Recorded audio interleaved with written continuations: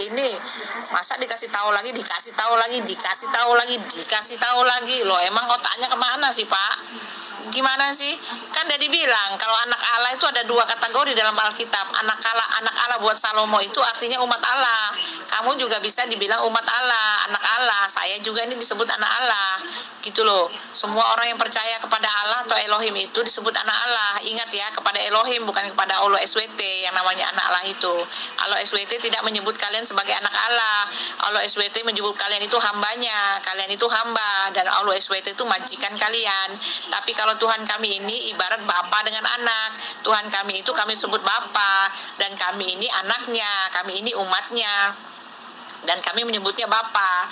Dan kalau yang untuk anak Allah buat Yesus itu artinya Mesias. Mesias yang sesuai dinubuatkan oleh perjanjian lama, yaitu Allah yang akan datang menjadi seorang anak manusia yang disebut Mesias. Dia akan menjadi raja penyelamat bangsa Israel dari dosa-dosa mereka, gitu loh. Ya, mudah juga bagi Islam. Dia juga tidak mengakui bahwa Yesus itu adalah anak Tuhan sebenarnya. Bu Uti, kenapa kamu meninggalkan diriku, Bu Uti? Bu Uti kelirikan dulu gitu loh, Bu Uti. Saya kan ini nanya baik-baik, mengkonfirmasi nih. Apa benar ya, Bu Uti ya? Yang diutus sama yang mengutus satu oknum yang sama ya, Bu ya? Bu, dijawab, Bu. Itulah. Ya oke. Ucapan kamu ingat, catat. Semua yang beriman kepada Allah disebut anak Allah. Termasuk Yesus beriman kepada Allah sebagai Tuhan yang benar. Maka Yesus disebut anak Allah, sama seperti saya. Disebut hamba Allah kalau saya taat kepada Allah. Benar kan itu? Ya. Apa salahnya? Orang yang dekat kepada Allah, orang yang menjadi hambanya Allah, maksudnya beriman kepada Allah. Coba Yesus beriman nggak kepada Allah itu? Iya, Israel Tuhan kita, Tuhan Allah Tuhan Esa. Bahkan dia mengenalkan kepada Tuhannya, ajaranku bukan dari diriku sendiri, tapi dari Allah yang mengutus aku. Berarti kan Yesus beriman kepada Allah. Jadi wajar dong disebut anak Allah kan? Kan banyak anak Allah itu. Nggak bisa kasih dalil ayat dari Musa, ayat dari Muhammad yang mengatakan bahwa nubuat Musa itu ditujukan untuk dia. Ada nggak dalilnya? Saya tunggu dari tadi kok nggak datang-datang. Coba Ibu terangkan tentang Yohanes 14 ayat 16 sampai 17. Yeremia 28 ayat 9. Apa itu lagi? Ulangan 18 ayat 18. Coba Ibu bahas tentang ketiga itu dulu. Maaf, itu tandanya kamu memaksakan kehendak. Anak Allah buat Yesus itu kan sudah ditulis, ada dalilnya, ada datanya, ada tertulis hitam atas putih. Anak Allah bagi Yesus itu berasal dari kata anak tunggal Bapa, yaitu Allah yang telah menjadi manusia. Ditulis di dalam kitab perjanjian lama, anak Allah itu disebut Mesias. Mesias yang artinya Allah yang menjelma menjadi manusia. Beda, Pak, jangan maksain diri. Kami berpegang pada fakta yang ada, pada tulisan yang ada, yang merupakan bukti hitam atas putih di Alkitab. Mari kita mengacu dari situ, jangan ngawur sendiri, asumsi sendiri, maunya sendiri. Lah, pertanyaan bodohnya gini, Bu. Musa saja pernah tidak mengkonfirmasi bahwa dia yang dinubuatkan oleh Nabi sebelumnya, dan Musa mengkonfirmasi dia itu yang dinubuatkan oleh Nabi sebelumnya. Tidak, Yesaya juga tidak pernah Yesaya mengkonfirmasi bahwa dia dinubuatkan oleh Nabi sebelumnya. Tidak. Begitu juga dengan Nabi Muhammad, dia tidak mengkonfirmasi bahwa dia dinubuatkan oleh Ulangan 18, tapi tidak mempengaruhi, Bu. Tidak mempengaruhi. Coba Ibu jawab dulu. Yeremia 28 ayat 9, Yohanes 14 ayat 16 sampai 17. Ya kan sudah aku bilang, Allah tidak mengatakan anaknya, karena zaman dulu itu anak itu hamba. Kalau zaman sekarang kan sudah benar kan, Salomo disebut anak, berarti kan hamba Allah kan. Ya, orang Israel disebut anak Allah. Kenapa? Pilihan. Kenapa disebut pilihan? Karena Allah mengutus nabi-nabi banyak untuk mereka. Jadi udah ngerti sekarang yang dimaksud anak Allah. Iya, Tata, ya sudah kalau gitu. Yesus disebut anak Allah enggak? Iya, ya sudah. Berarti kalau sudah anak Allah berarti hamba Allah gitu kan? Nah kan gitu kan, benar kan udah. Karena definisi anak Allah itu orang yang dekat kepada Allah, orang yang beriman kepada Elohim itu di zaman itu. Nah, Yesus beriman enggak kepada Elohim, bahwa Tuhan yang benar itu Elohim? Iya, Tata, ya sudah. Ketawanya Pak Lopot, waduh mantap banget gitu. Nah itu kan kembali lagi, bahwa anak Allah itu Mesias. Nah, kembali lagi, coba Mesias itu apa? Tuhan yang menjelma atau memang seorang utusan yang bisa memimpin Israel seperti Daud? Coba cari dulu. Maaf, itu tandanya kamu memaksakan kehendak. Anak Allah buat Yesus itu kan sudah ditulis, ada dalilnya, ada datanya, ada tertulis hitam atas putih.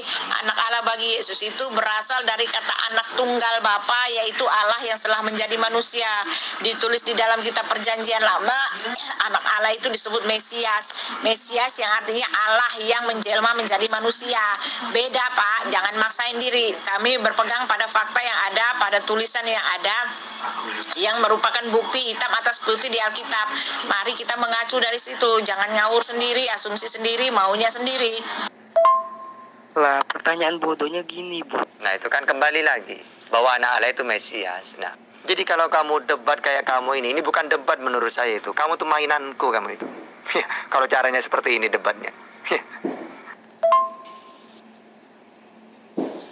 Boti, kenapa setiap dia selalu meninggalkan diriku gitu loh, Boti?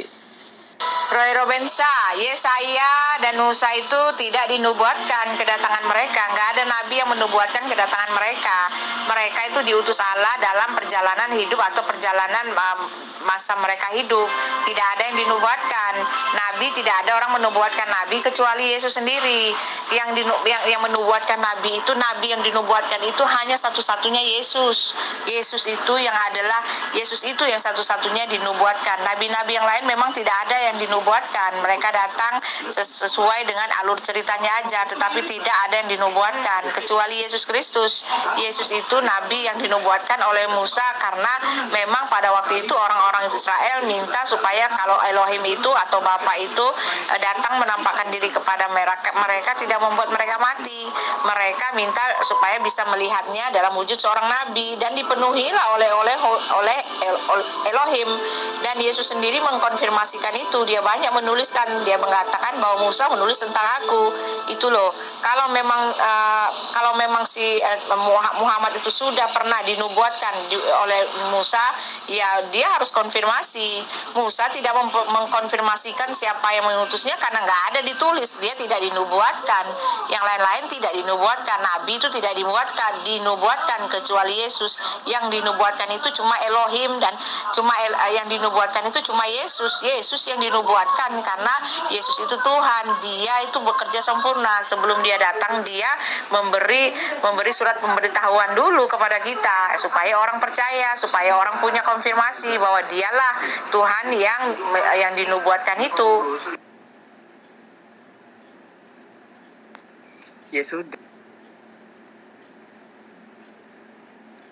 Ya sudah, jika Ibu sudah menjawabnya, saya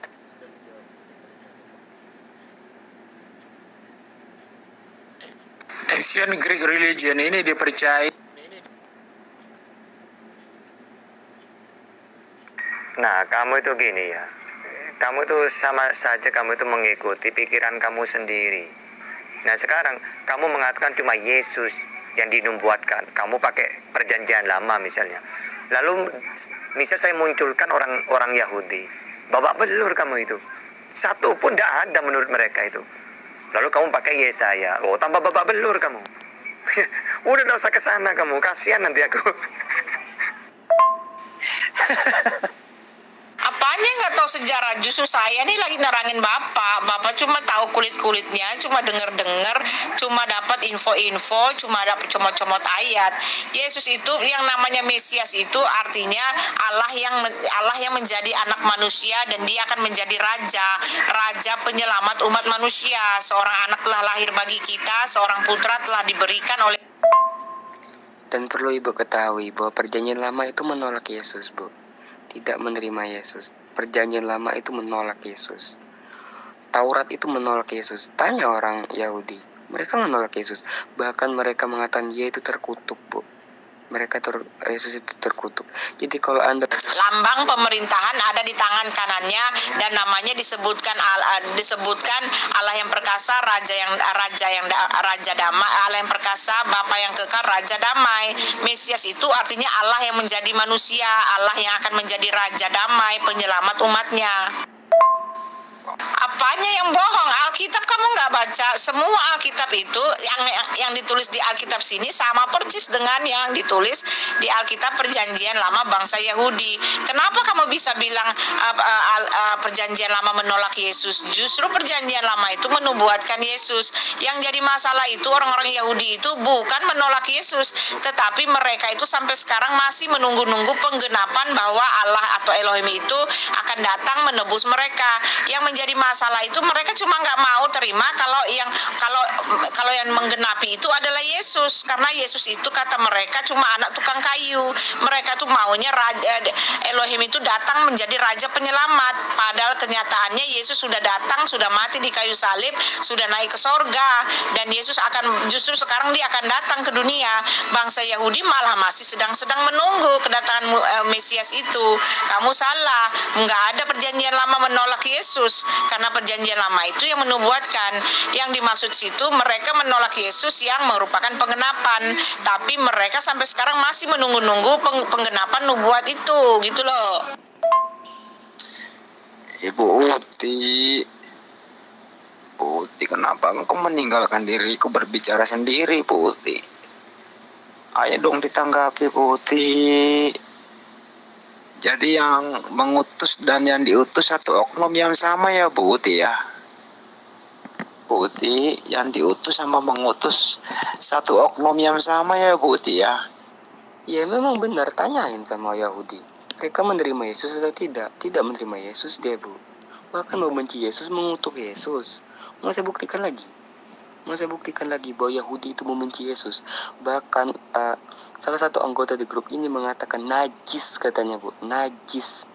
Hukum Taurat masuk ke Bible, Ibu, itu najis katanya. Entah, debat apa yang kamu maksud? Saya menjawab kamu tepat guna berdasarkan fakta-fakta, berdasarkan Alkitab, berdasarkan bukti yang nyata hitam atas putih, berdasarkan dalil yang memang sedang kita bicarakan, berdasarkan Alkitab yang kami percayai.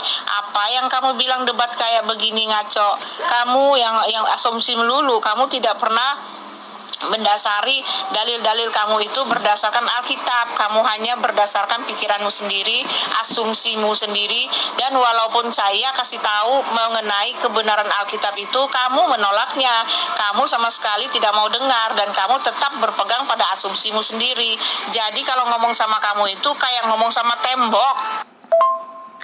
Oke, salah satunya lagi. Oke, yang di Ulangan 18 ayat 18 tadi sudah clear atau belum nih? Saya mau buktikan bahwa itu untuk Muhammad, bukan untuk Yesus. Saya sudah buktikan dari kata saudaramu tadi. Saudaramu itu merujuk kepada mu-nya, itu merujuk kepada Bani Israel. Tidak ada hubungannya itu dengan Muhammad, karena konteksnya kan tadi saya udah bilang, Roiro, konteksnya kan itu Musa mengutus nabi atau menubuatkan seorang nabi itu berdasarkan untuk memenuhi keinginan bangsa Israel itu. Ayat 16-nya itu coba kamu baca, tepat seperti yang kamu minta dahulu. Jadi nabi yang dinubuatkan itu berdasarkan permintaan bangsa Israel, karena bangsa Israel itu ingin melihat Elohim dalam wujud yang tidak membuat mereka mati. Karena pada waktu itu sebelumnya Elohim membuat bangsa itu mati karena dia menampakkan diri di Gunung Sinai itu loh. Jadi itu sesuai dengan permintaan, nggak ada hubungannya dengan Muhammad. Bangsa Israel itu tidak meminta Muhammad yang menjadi nabi.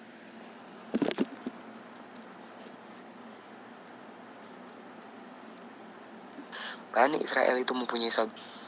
Bu Uti, kenapa engkau meninggalkan diriku, Bu Uti? Apa benar, Bu Uti, itu tadi yang mengutus dan diutus satu oknum yang sama ya, Bu Uti ya? Bu, apa benar ya, Bu ya? Yang diutus dan mengutus oknum yang sama ya, Bu Uti ya? Kok kamu nggak nyambung gitu sih? Emang benar Yahudi menolak Yesus, membenci Yesus. Mereka tidak terima Yesus karena mereka sombong, tercatat di Alkitab. Dan Yesus mengetahui itu. Yahudi tidak menolak Yesus itu, bahkan menyalibkan Yesus. Karena apa? Karena mereka tidak mau kalau Yesus itulah yang dimaksud oleh Perjanjian Lama itu, Allah yang menjadi manusia. Mereka tidak terima. Mereka maunya raja. Allah yang menjadi manusia itu datang dalam keagungan seorang raja, bukan sebagai anak tukang kayu.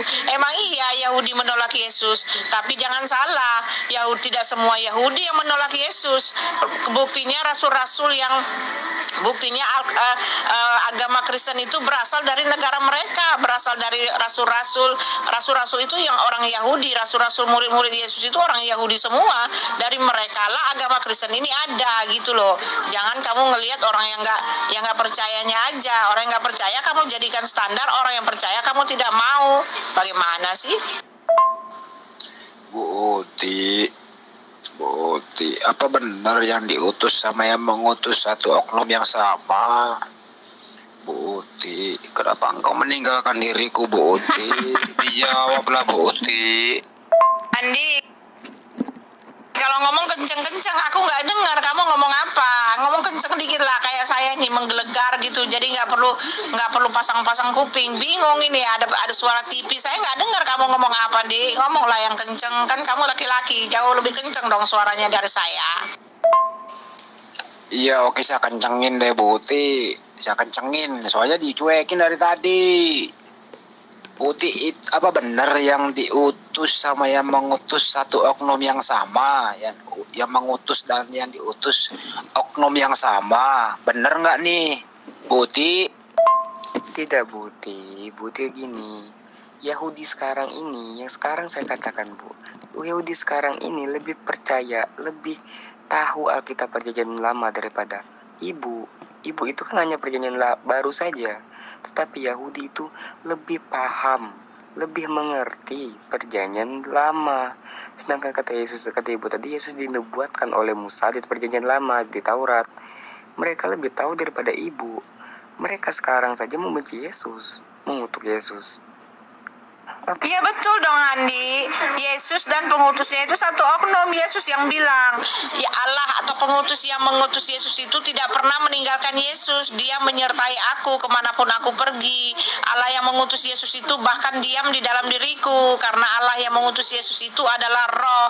Dan Allah yang roh itu adalah rohnya Yesus. Diam dalam diri Yesus, satu pribadi dengan Yesus gitu loh. Allah yang mengutus Yesus itu adalah penjelmanya Yesus. Karena Alkitab mencatat bahwa Allah itu akan menjadi manusia, dan setelah dia menjadi manusia dia disebut utusan. Jadi utusan buat Yesus itu adalah tubuh daging jasmani manusianya itu, dan pengutusnya itu adalah rohnya. Roh dan daging itu satu oknum, Pak. Itu yang terjadi, yang ditulis di Alkitab. Jadi kalian nggak bisa bilang pengutus itu Yesus itu cuma utusan, karena di Alkitab juga menulis Yesus memang mengatakan dia utusan, tapi ditulis juga bahwa pengutusnya itu diam di dalam dirinya, menyertai dia selalu, tidak pernah meninggalkan dia, bahkan menjadi satu oknum dengan dia. Yesus mengatakan aku dan Bapa adalah satu. Yesus mengatakan barang siapa telah melihat aku, dia telah melihat Bapa yang mengutus aku. Yesus mengatakan akulah dia yang mengutus aku. Itu ada dasarnya, itu valid, itu berlaku, dan itu teguh, tidak bisa diganggu gugat. Mbak Uti, kami di sini kalem-kalem lah, Mbak Uti. Mbak Uti jangan teriak-teriak. Kan volume Ibu itu kan bisa dikecilin, Bu. Janganlah teriak-teriak. Saya rep kuping, Bu. Kuping saya ini sensitif. Ya sudah, coba Ibu terangkan Yeremia 28 ayat 9, Yohanes 14 ayat 16 sampai 17, Ulangan 18 ayat 18. Ibu mengatakan Ulangan 18 itu untuk Yesus sangat-sangat salah. Saya sudah katakan. Roiro, nanti kamu bahas aja nih sama saya besok itu ayat-ayatnya. Kalau kamu mau bahas ayat, kamu kasih ayatnya ke saya. Jangan suruh saya nyariin. Oke? Besok kita ngomong soal itu. Oh, iya. Jadi yang mengutus dan yang diutus satu oknum. Jadi Yesus selama di dunia 33 tahun, satu oknum ya, sama yang mengutus ya, berarti ya. Iya, baru paham saya. Ya begitu dong dari tadi. Itu artinya Yesus selama di dunia ini ada unsur ketuhanannya dong, Bu ya, selama di dunia. Karena yang mengutus selalu bersama dia ya. Benar ya, Bu? Selama di dunia 33 tahun. Ya, Bu ya. Tuhannya selalu bersama dia ya, mengutus dia ya, Bu. Ya benar sekali ya, saya udah bolak-balik dengar, kau buka aja tuh komen-komen saya. Ya iya, kan Alkitab mencatat Elohim itu akan datang menjadi manusia, dan manusia itu disebut utusan, disebut nabi, disebut guru, disebut imam. Itu loh, Alkitab Perjanjian Baru juga mengatakan Allah itu telah menjadi manusia, manusia itu disebut utusan, gitu loh. Jadi ya satu daging lah. Yesus sendiri mengatakan pengutusnya itu tidak jauh-jauh dari mana-mana. Yesus mengatakan Bapa yang mengutus aku itu dia menyertai aku, dia tidak pernah meninggalkan aku, dia diam di dalam aku, gitu loh. Aku di dalam Bapa, Bapa di dalam aku, aku dan Bapa adalah satu. Ya itu dia. Yesus dan pengutus dan utusan ya jadi satu, memang satu, karena pengutus itu Elohim yang diutus itu, dan setelah dia jadi manusia dia disebut utusan. Itu aja sebetulnya, nggak ada yang aneh. Bacain dong, masa saya suruh nyari? Kamu udah mau nanya saya, kok saya yang suruh nyari? Pusing lah, capek, saya nggak pegang Alkitab. Kamu posting di sini kalau memang kamu mau bahas itu. Iya, penulis sejarah itu yang di ada Roma itu Lagi di Yeremia 28 ayat 9. Nabi Oh, jadi Yesus selama di dunia ini 33 tahun selalu bersama yang mengutusnya, selalu menyatu, apa sekali-kali berpisah, apa gimana? Menyatu, Handi, karena itu adalah rohnya, ya tinggal satu daging dengan Yesus, satu oknum. Bu, tolong dijelaskan kepada saya, Bu. Saya belum paham, benar serius, bisa nggak paham ini. Jadi saya ulang, Bu. Jadi Yesus selama 30 tahun di dunia, apakah selalu bersama yang mengutusnya, apa sekali-kali berpisah? Iya, itulah sebabnya Yesus melakukan semua yang dilakukan oleh Tuhan. Kamu tahu nggak, Yesus itu menghidupkan orang mati loh. Cuma Tuhan yang bisa menghidupkan orang mati. Kamu tahu nggak, Yesus itu dia tidak mati loh. Cuma Tuhan yang nggak mati. Kamu tahu nggak, Yesus itu dia menghapuskan dosa, menebus dosa. Yesus itu menetapkan dosa. Cuma Tuhan yang bisa begitu.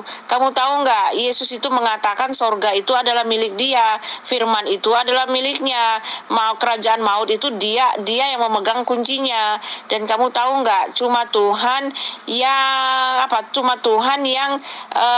yang naik ke sorga. Yesus berani bilang sorga itu punya saya akan pergi pulang kembali ke sorga menyediakan tempat bagimu, gitu loh. Yesus melakukan semua yang hanya bisa dilakukan oleh Tuhan. Yesus melakukan mujizat ketuhanannya di depan mata orang. Yesus menetapkan hukum kasihilah, dengarlah hai orang Israel, Tuhan itu Allah kita, kasihilah sesamamu manusia. Pokoknya karena Elohim itu ada dalam diri Yesus, dia melakukan semua yang dilakukan oleh Tuhan. Nih, Yesus mengatakan seperti ini. Tidak percayakah engkau bahwa aku di dalam Bapa, Bapa di dalam aku? Apa yang aku lakukan dari diriku, apa yang aku lakukan tidak aku lakukan dari diriku sendiri, melainkan Bapa yang diam di dalam aku, dialah yang melakukan pekerjaannya. Itu loh, Bapa itu yang melakukan pekerjaannya. Bapa yang roh itu, rohnya Yesus itu yang melakukan semua mujizat-mujizat itu, mujizat ketuhanan, gitu loh. Kok bisa ya aku di dalam Bapak, Bapak di dalam aku? Coba amati bahasa itu ya. Ini bahasa tidak betul ini. Aku di dalam Bapak, Bapak di dalam aku.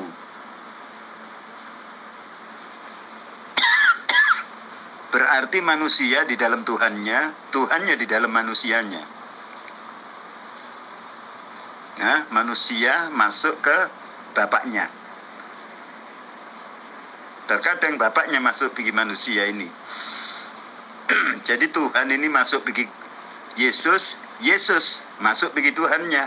Bisa itu gantian gitu. Kalau Bapak di dalam aku di dalam Bapak, kan maknanya seperti itu, maknanya. Nah ya kan, makna katanya kan seperti itu. Oke lah, Yesus menghidupkan orang mati. Tapi apa doa Yesus, Ibu? Sebelum dia menghidupkan orang mati, apa doa Yesus kepada Bapa? Nah, itu coba Ibu tolong perhatikan. Apa? Oh iya, Bu. Jadi Bu Uti jadi deal ya, Bu. Jadi Yesus selama di dunia 33 tahun, ya, dia adalah melekat Tuhannya ya, Bu. nggak pernah berpisah ya Bu ya, melekat ya Bu ya, mengadakan mujizat, mengobati, menyembuhkan orang buta bisa melihat, bisa berjalan, orang lumpuh itu. Jadi selama Yesus di dunia Bu, nggak pernah berpisah sama yang mengutusnya ya Bu ya, pokoknya selalu menyatu ya Bu ya. Tolong dijelaskan ya Bu, benar nggak Bu? Bisa tidak Ibu menerangkan kepada saya tadi Yeremia 28 ayat 9? Bisa tidak?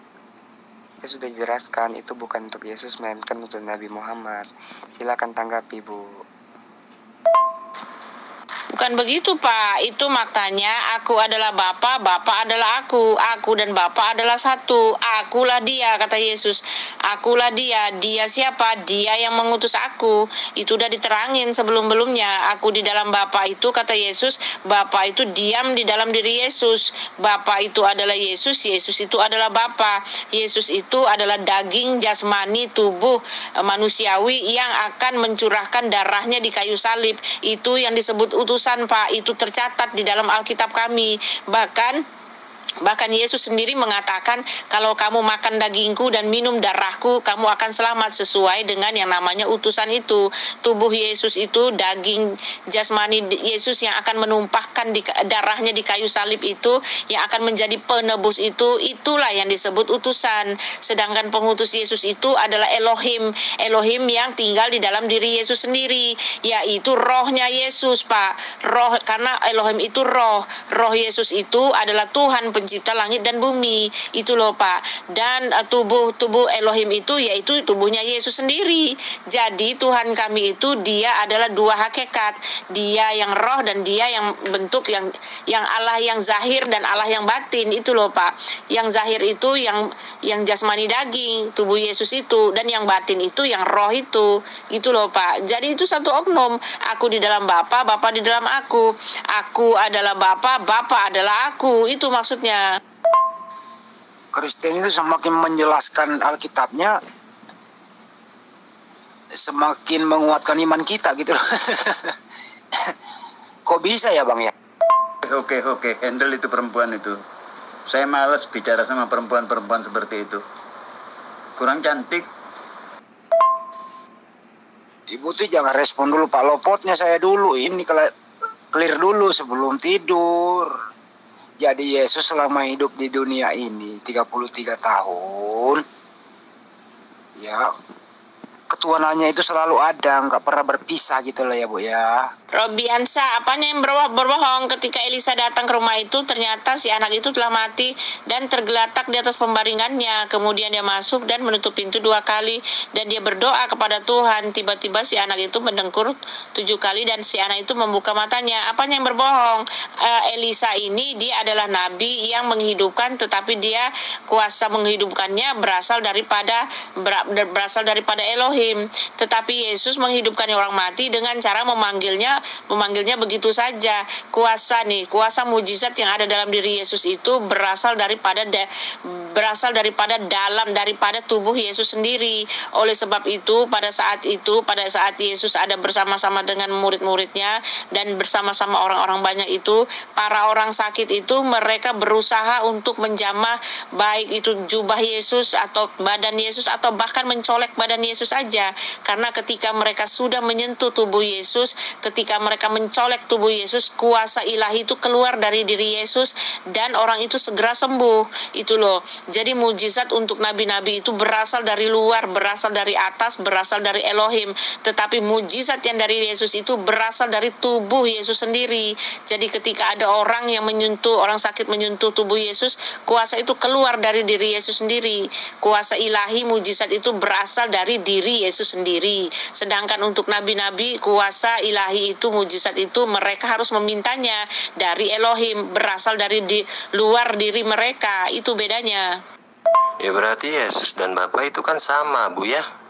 Ya kan? Logikanya kan begitu Bu. Ya berarti udah mati di tiang salib Bu. Begitu loh Bu. Kalau aku dan Bapa adalah satu, sama.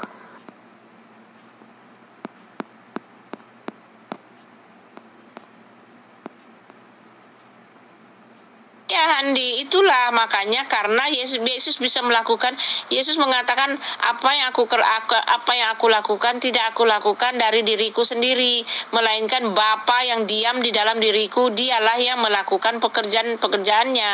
Makanya Yesus bisa melakukan semua itu karena Bapa itu diam di dalam diri Yesus, rohnya Yesus. Tapi Bapa tidak bisa pisahkan antara Yesus dengan Bapa.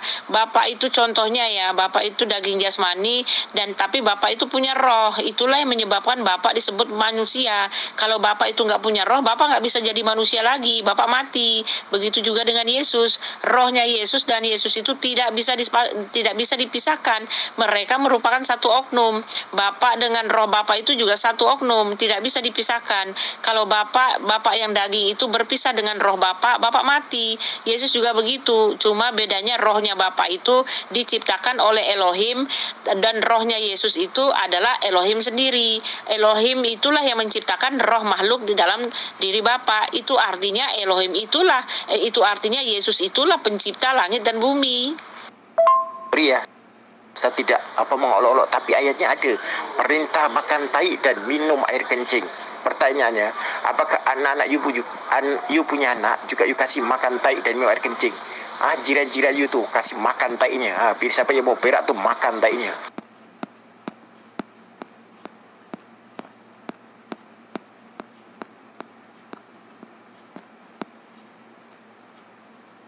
Malindo, kamu itu menyatakan bahwa diri kamu itu adalah orang yang benar. Kamu merasa bahwa dirimu saleh. Kamu itu merasa bahwa dirimu itu berada pada ajaran yang benar. Tapi coba lihat perkataanmu itu hanya mencerminkan seorang iblis yang sedang kesurupan. Kamu mengkafir-kafirkan orang. Kamu penuh dengan kebencian. Perkataanmu itu penuh dengan kata-kata kotor yang cuma berasal dari setan-setan, berasal dari iblis-iblis. Itu perkataan iblis dan kamu dikuasai iblis. Sedangkan kamu di sini mau menyatakan kebenaran. Jadi bicaralah yang benar, bicaralah sesuai dengan apa yang ingin kamu pertontonkan kepada kami. Kamu itu cuma kelihatan seperti iblis loh.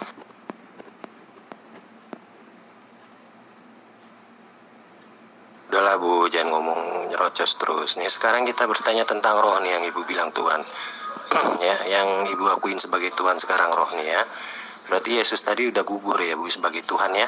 Dagingnya itu bukan Tuhan kan? Berarti Yesusnya sudah gugur sebagai Tuhan. Nah sekarang saya pengen tanya Bu, itu dalilnya mana Bu? Roh itu adalah Tuhan.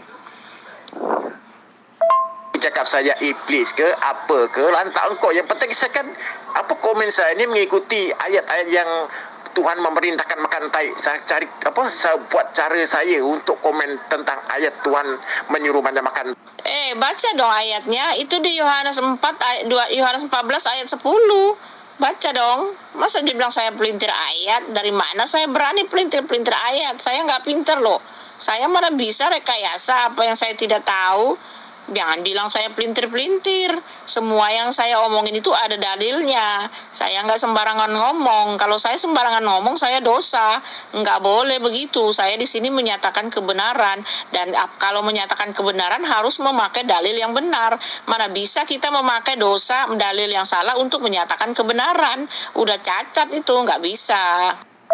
Kau biar saya pantai perempuan tuh ya, biar saya pantai si perempuan tuh. Siapa nama? Burit. Burit. Biar saya pantai dia. Oke, berarti sudah clear ya Bu ya debat kita yang pertama. Yang masalah nubuat Muhammad dalam Alkitab, bahwa Ibu mengakui Ibu tidak mengcompare saya lagi, tidak membahas lagi. Ya sudah, berarti menurut saya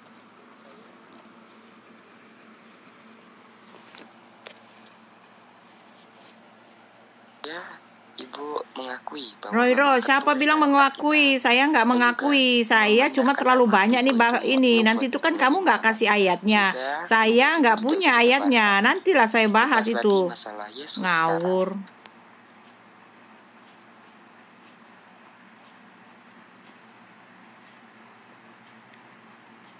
Saya dah terpost bacalah ayat yang saya post tu.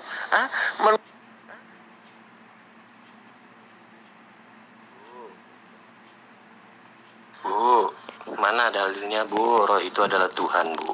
Mana dalilnya? tadi Yesus sudah gugur Bu ya sebagai Tuhan Bu ya. Berarti bukan Trinitas lagi, duanitas Bu. Umi Dini, kamu nggak bisa jawab apa-apa dari saya. Semua dalil-dalilmu yang kamu kasih itu, ayo sini tak bahas. Ayo sini tak bahas satu-satu tak bahas, kita buka konteksnya. Kamu akan termalu-malu loh Bu Dini, malu-malu.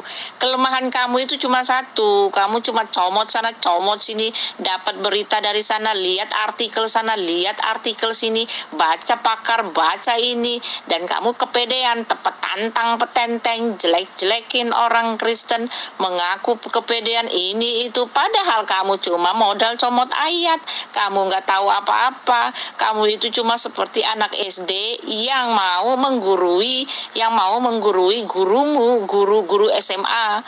Kamu itu cuma seperti anak SD yang merasa tahu semua, padahal kamu tidak tahu apa-apa, Bu. Kalau kamu mau tahu apa-apa, kamu belajar. Orang-orang Kristen itu dia belajar sampai tahunan.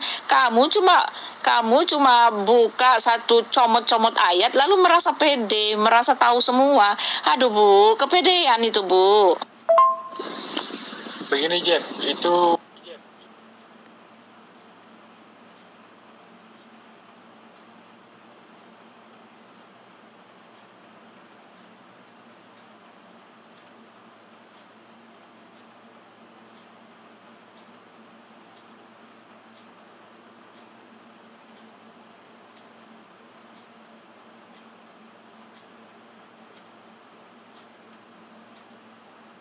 Sorry, mana ada Yesus gugur sebagai Tuhan? Tidak bisa.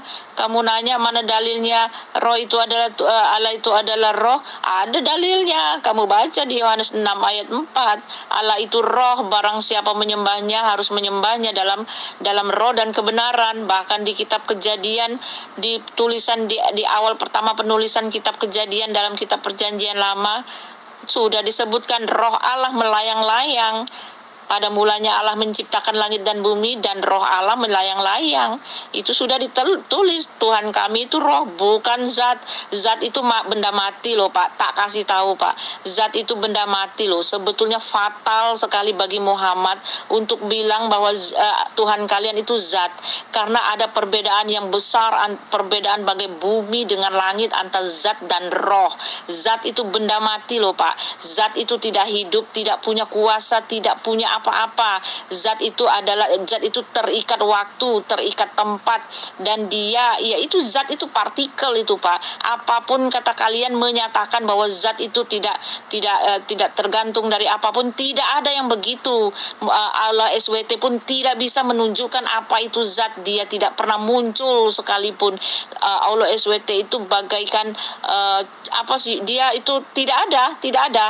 Allah SWT itu cuma kreasi dari Nabi Muhammad. Zat itu tidak ada loh Pak. Zat yang seperti digambarkan, zat yang hayat kata Ibu Dini, yang hidup, mana bisa. Zat tidak bisa hidup kalau dia bukan roh.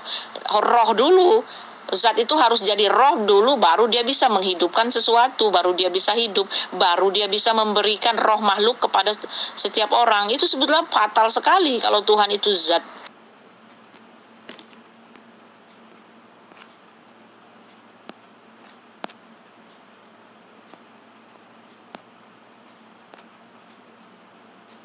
Malindo, percaya atau tidak percaya itu bukan urusan saya. Orang masuk surga itu bukan karena urusan saya.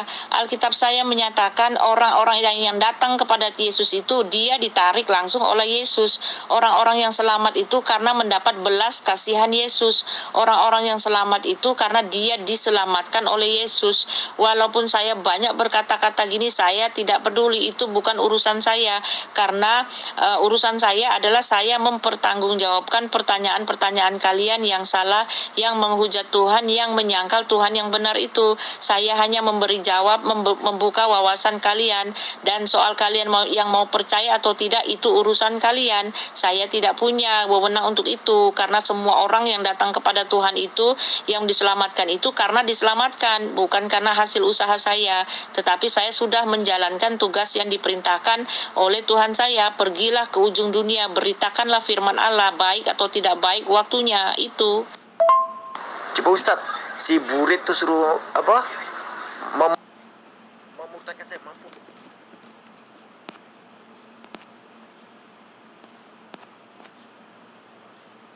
Ayatnya Yohanes 14, percayalah kepada Bapa, percaya juga kepadaku. Di rumah Bapakku banyak tempat